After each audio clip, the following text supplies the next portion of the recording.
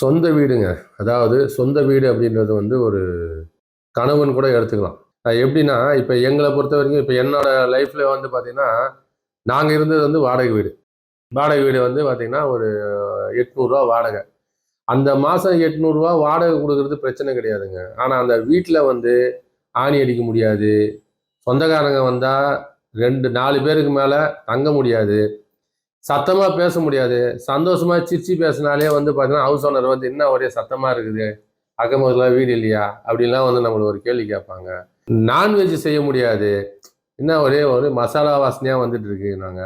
ஒரு எந்த ஒரு விஷயமே வந்து ஒரு நம்ம பண்ணும்போதே, அது யாராவது ஒருத்தர் வந்து கேள்வி கேட்பாங்க. அதாவது கொத்தடிமை அப்படின்ற மாரி நம்ம எடுத்துக்கலாம். ஆனா வந்து அதுக்கப்புறமா எங்க அப்பா வந்து சொந்தமா ஒரு இடம் வாங்கி, ஒரு வீட கட்டும்போது, அந்த வாழ்க்கை வந்து எங்களுக்கு வந்து ஒரு வேற மாரியான ஒரு உலகத்த காட்டுச்சு. ஃப்ரீடம கொண்டு வந்துச்சு. அத மைண்ட் செட்ட பண்ணி வச்சுக்கிட்டேங்க. இத தாங்க நான் வந்து கஸ்டமர்ட்ட சொல்றேன். அதாவது இடம் வாங்கணும் அப்படின்றது வந்து கனவுங்க. ஆக்சுவலா வந்து நம்ம வந்து எப்படி ஒரு மனுஷன் வாழ்றதுக்கு வந்து உணவு, உடை இதெல்லாம் எப்படி முக்கியமோ, அதே மாரி வந்து சொந்த இடம்ன்றது வந்து ஒரு முக்கியம்னு ஒரு மனுஷன் நினைக்க ஆரம்பிச்சுட்டானே, அவங்க வந்து இடம் வந்து 100% வாங்குறதுக்கு ட்ரை பண்ண ஆரம்பிச்சுட்டாலே கண்டிப்பா வாங்கிடுவாங்க.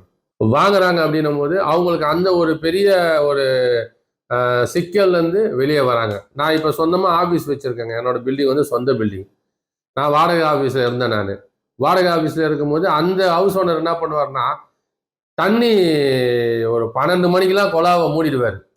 அப்போ ஒரு எதுக்கு மூடுறாருன்னா தூங்கிடுவாரு. தூங்கி எந்திச்ச உடனே அவரு ரெஸ்ட் ரூம் போகும்போது தண்ணி இல்லாம போயிட போது நாங்க வந்து யூஸ் பண்ணி அத வந்து காலி பண்ணிடுவோம்.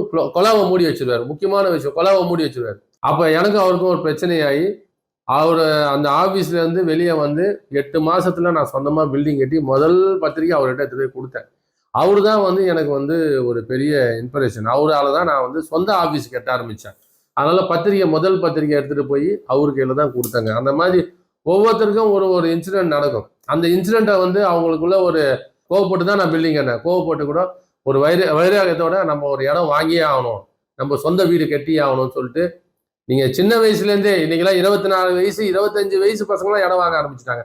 சின்ன வயசுலேருந்தே நீங்க அதை வந்து ஒரு டார்கெட் வச்சீங்கன்னா, கண்டிப்பா ஒரு 35 வயசு, 40 வயசுக்குள்ளலாம் வந்து ஒரு வீடு இல்லைங்க. நீங்க 4 வீடு கூட வாங்கலாம். இதுதான் வாழ்க்கையில வந்து ஒரு மனுஷனுக்கு வந்து ஒரு டேர்னிங் பாயிண்ட்ன்றது வந்து நீங்க வந்து நினைச்சா மட்டுமே நடக்குமே தவிர, மத்தவங்க யார் நினைச்சாலுமே நடக்கவே முடியாது. எண்ணங்களை யாராலும் மாத்த முடியாது.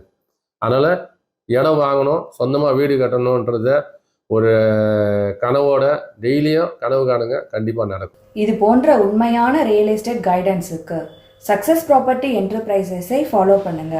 மேலும் விவரங்களுக்கு 9087000022